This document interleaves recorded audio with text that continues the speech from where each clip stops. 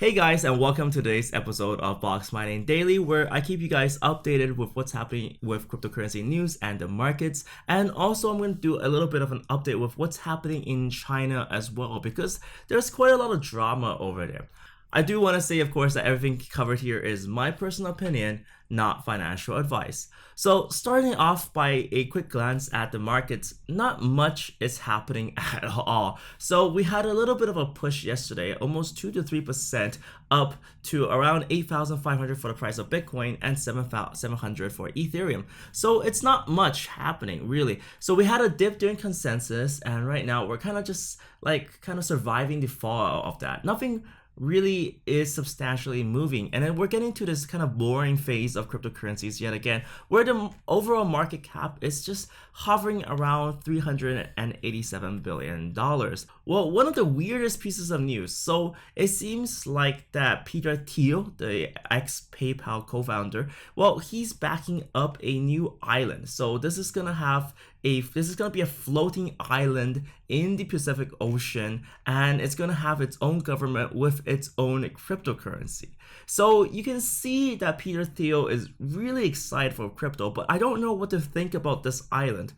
I mean, why do we need such a thing? It seems like a place for the super rich to hang out, and I guess it's good for anyone who's a crypto whale that wants to buy a place on the island. And I do feel like we should push for cryptocurrency adoption where there's more people. There's plans to build around 300 homes on this island, but honestly, that's not that much. Next, we have some drama from OKEx and Huobi. So it seems like the CEO just jumped ship from OKEx to Huobi. These are ancient exchanges. These exchanges have been around in China for a long time, but you probably just started hearing about them because they started the recent international push. I mean, you guys heard of Binance, and I talked to Binance CZ before, and he said, well, yeah, Binance is super lucky in a way because, well, during the government wipe, the government removal of cryptocurrencies, it was as if Binance was lifted up and all the competitors were swept away. But these competitors are now back, and it seems like they're fighting within each other right now. So the jump might signify, well, Huobi is taking things more aggressively, trying to recruit the ex-CEO of OKEx. And also, OKEx is having a little bit of negative kind of media right now due to the previous suspicion that they had fake volumes. In terms of China news, this is a section that I want to cover more often right now because, well, China's becoming bigger and bigger, and it does seem like they're opening up a bit. So we're going to take a look back at 8BTC, and I found this quite funny right now. So this is EOS FUD, your typical EOS FUD. The reason why this is showing up, and this is quite the classic case with most cryptocurrencies, is that when something gets very popular, there's always a lot of FUD news surrounding it. So this piece of article is really just talking about, you know what happens when the 21 servers or whatnot of EOS, the block producers, go down, and you're just there. This is the typical FUD of EOS, right? Because it's got the delegated proof of stake system, so they have main block producers, and there's always this worry that they go down.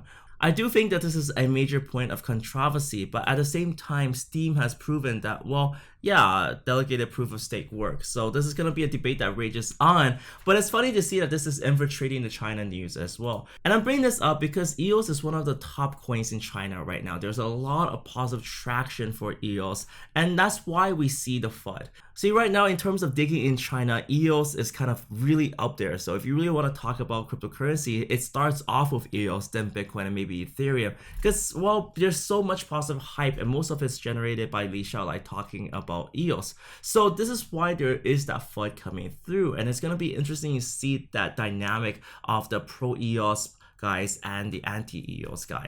And also in terms of what's happening in China in terms of conferences, there's going to be a major conference coming up. It's titled the Big Data Expo. Last year it featured Vitalik. This year I think Dan Lorimer is going to go. We also got Jack Ma, the guys from Tencent, and pretty much all the big names in China going, talking about big data. And one of the topics they're also going to talk about is blockchain as well. So we have people like Sunny. I just confirmed that Sunny Lu from VeChain is also going to this conference. This is a government-held event event, so that's why they're not directly going to be talking about token issuing or ICOs. But here they're going to talk about the future and planning out blockchain, because we know that China is very positive on blockchain but not on tokens or trading cryptocurrencies.